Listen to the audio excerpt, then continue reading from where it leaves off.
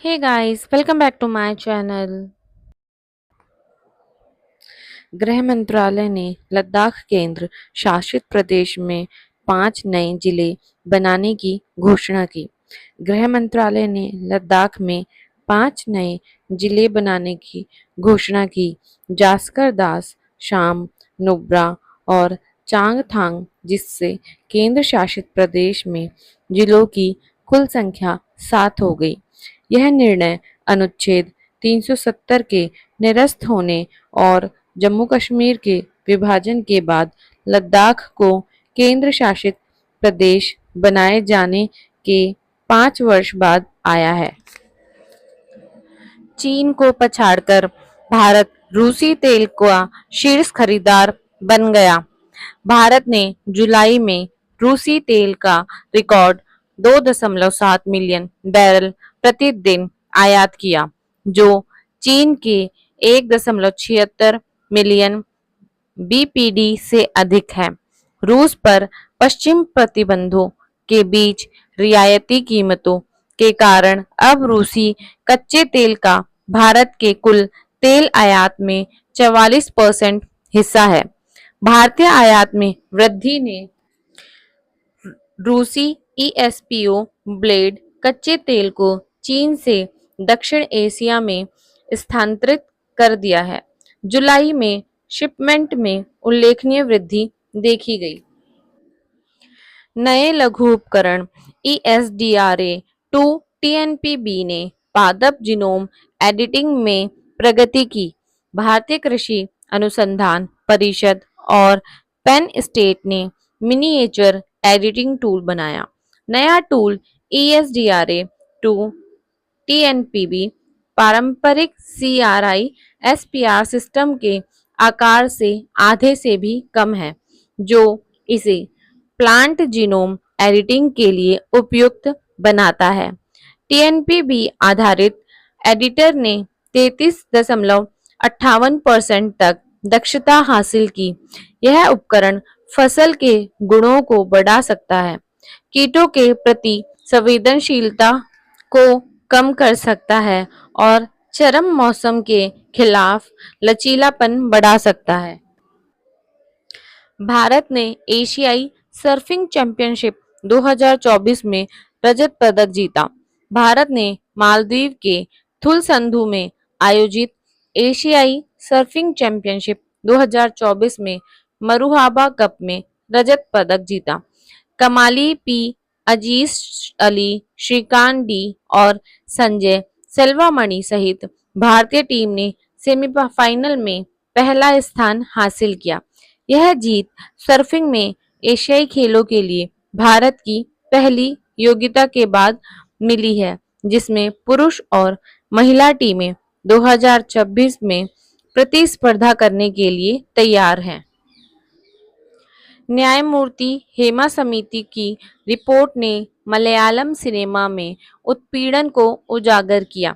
न्यायमूर्ति हेमा समिति की रिपोर्ट ने मलयालम फिल्म उद्योग में महिलाओं के खिलाफ व्यापक यौन उत्पीड़न, शोषण और भेदभाव को उजागर किया, जिसमें पावर ग्रुप और कास्टिंग काउच संस्कृति का अस्तित्व शामिल है।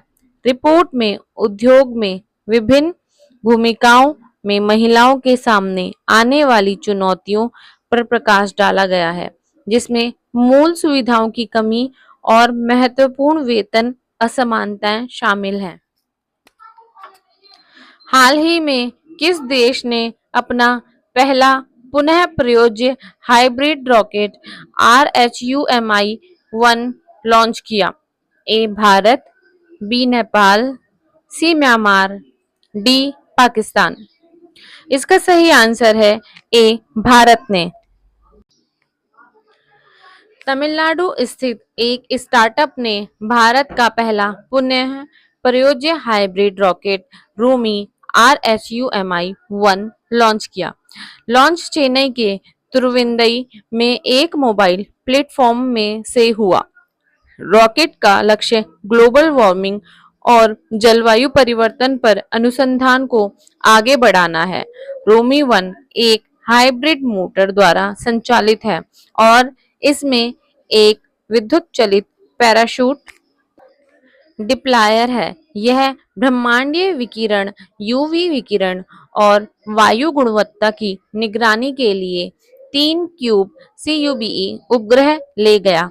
इसने पर्यावरणीय गतिशीलता को बेहतर ढंग से समझने के लिए एक्सेलेरोमीटर रीडिंग, ऊंचाई और ओजोन परत स्तर का अध्ययन करने के लिए 50 पिको उपग्रह भी तैनात किए।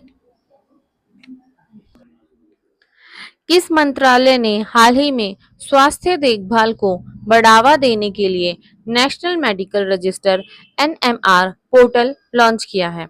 ए. विज्ञान और प्रौद्योगिकी मंत्रालय, बी. कृषि मंत्रालय, सी. स्वास्थ्य और परिवार कल्याण मंत्रालय या डी. ग्रामीण विकास मंत्रालय। इसका सही आंसर है सी. स्वास्थ्य और परिवार कल्याण मंत्रालय ने।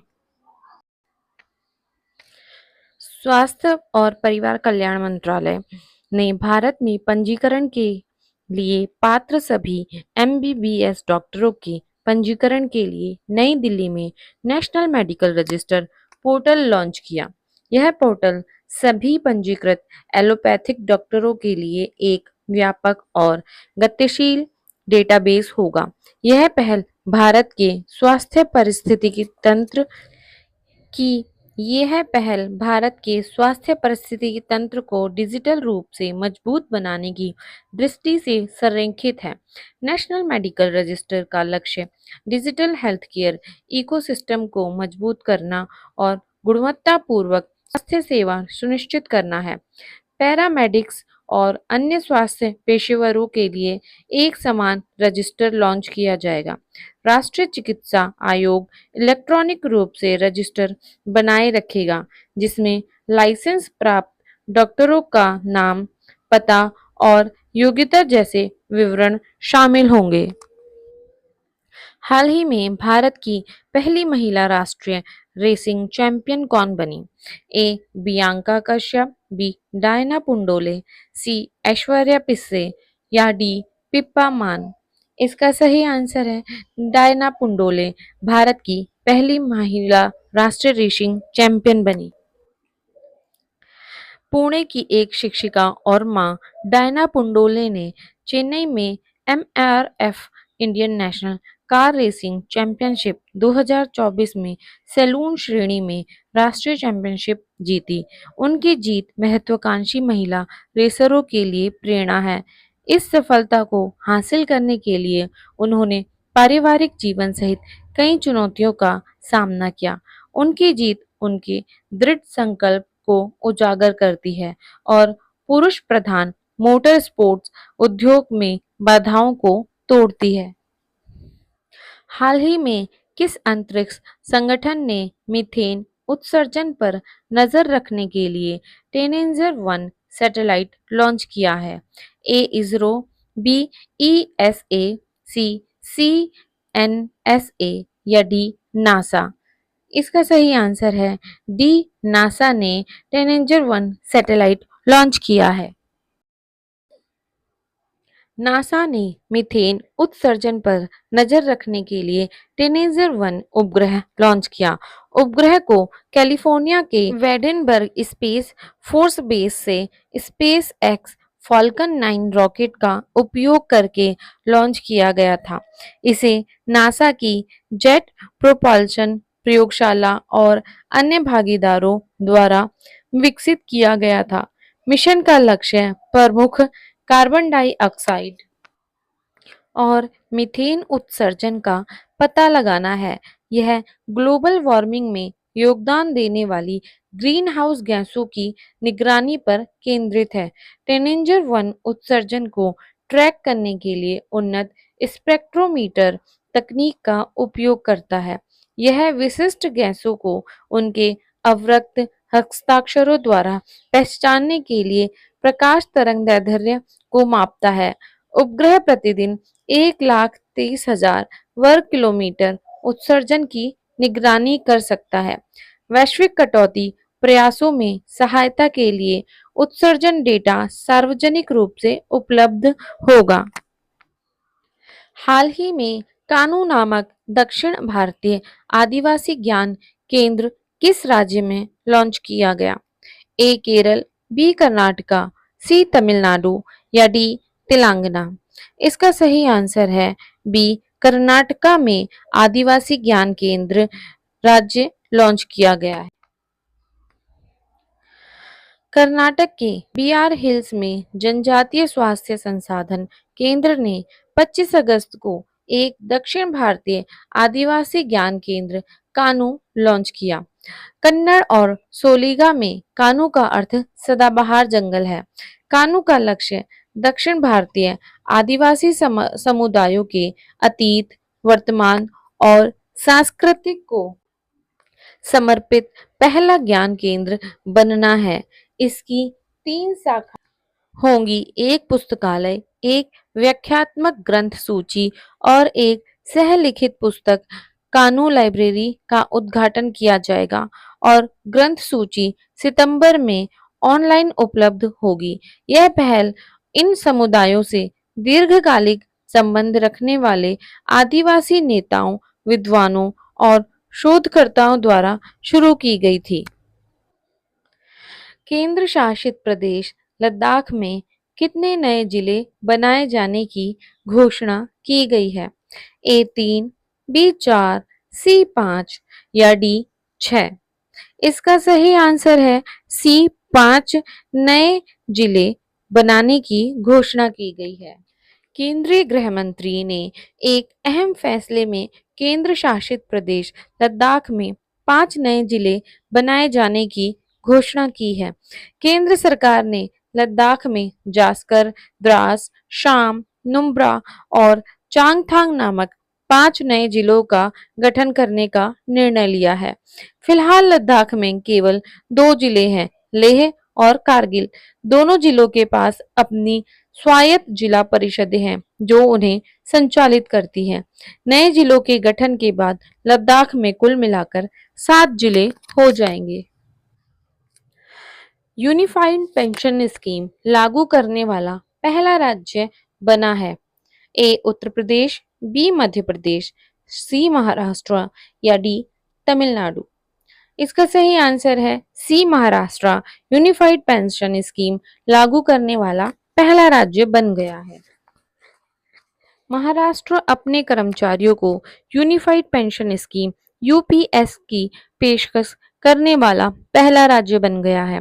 एकनाथ शिंदे के नेतृत्व वाली सरकार का यह कदम केंद्र द्वारा 1 जनवरी 2004 के बाद सेवा में शामिल होने वाले कर्मचारियों के लिए यूपीएस की घोषणा के 1 दिन बाद आया। इससे पहले केंद्रीय मंत्री अश्विन वैष्णव ने कहा कि इस फैसले से 23 लाख सरकारी केंद्रीय कर्मचारियों को फायदा होगा। विज्ञान धारा योजना किस विभाग के तहत आती है? ए कृषि और किसान कल्याण विभाग, बी नीति आयोग, सी विज्ञान और प्रौद्योगिकी विभाग या डी वित्त मंत्रालय। इसका सही आंसर है सी और विज्ञान और प्रौद्योगिकी विभाग के अंतर्गत विज्ञान धारा योजना आती है। प्रधानमंत्री नरेंद्र मोदी की अध्यक्षता में केंद्रीय मंत्रिमंडल ने विज्ञान और प्रौद्योगिकी विभाग डीएसटी के तहत विज्ञान धारा नामक एकीकृत केंद्रीय क्षेत्र योजना में विलय की गई 3 क्षेत्र योजनाओं को जारी रखने की मंजूरी दे दी है।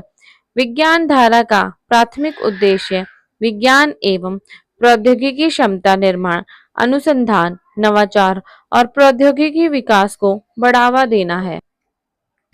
भारत के पहले रीयूजेबल हाइब्रिड रॉकेट का सफल परीक्षण किया गया।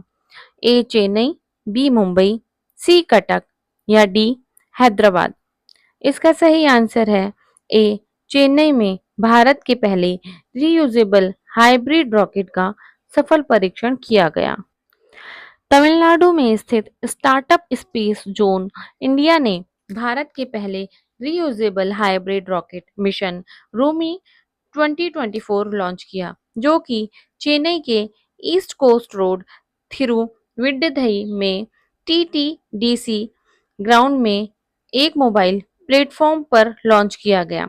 रॉकेट को चेन्नई स्थित स्टार्टअप स्पेस जोन इंडिया ने मार्टिन गुरु के सहयोग से विकसित किया। हाल ही में बांग्लादेश क्रिकेट बोर्ड का नया अध्यक्ष किसे चुना गया? ए. नजमुल हसन पापोन, बी. फारूक अहमद, सी. हबीबुल बाशर या डी. इनमें से कोई नहीं। इसका सही आंसर है बी. फारूक अहमद को बांग्लादेश क्रिकेट बोर्ड का नया अध्यक्ष चुना गया।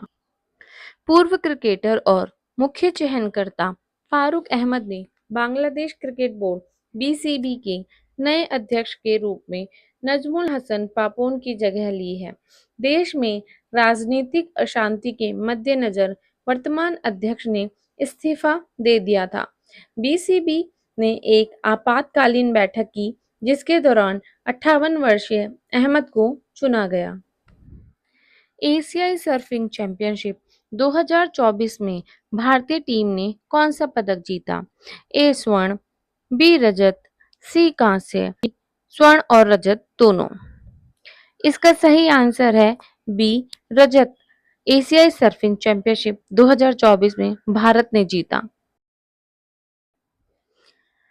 भारत ने हाल ही में मालदीव के थुलस्सू में आयोजित एशियाई सर्फिंग चैंपियनशिप 2024 में एक प्रतिष्ठित टीम इवेंट मारूहाबा कप में रजत पदक हासिल किया। कमली पी, अजीश अली, श्रीकांत डी और संजय सेल्वामणि की भारतीय टीम ने पूरी प्रतियोगिता में प्रभावशाली प्रदर्शन किया। हालांकि फाइनल में जापान ने 58.40 के प्रमुख स्कोर के साथ स्वर्ण पदक जीता।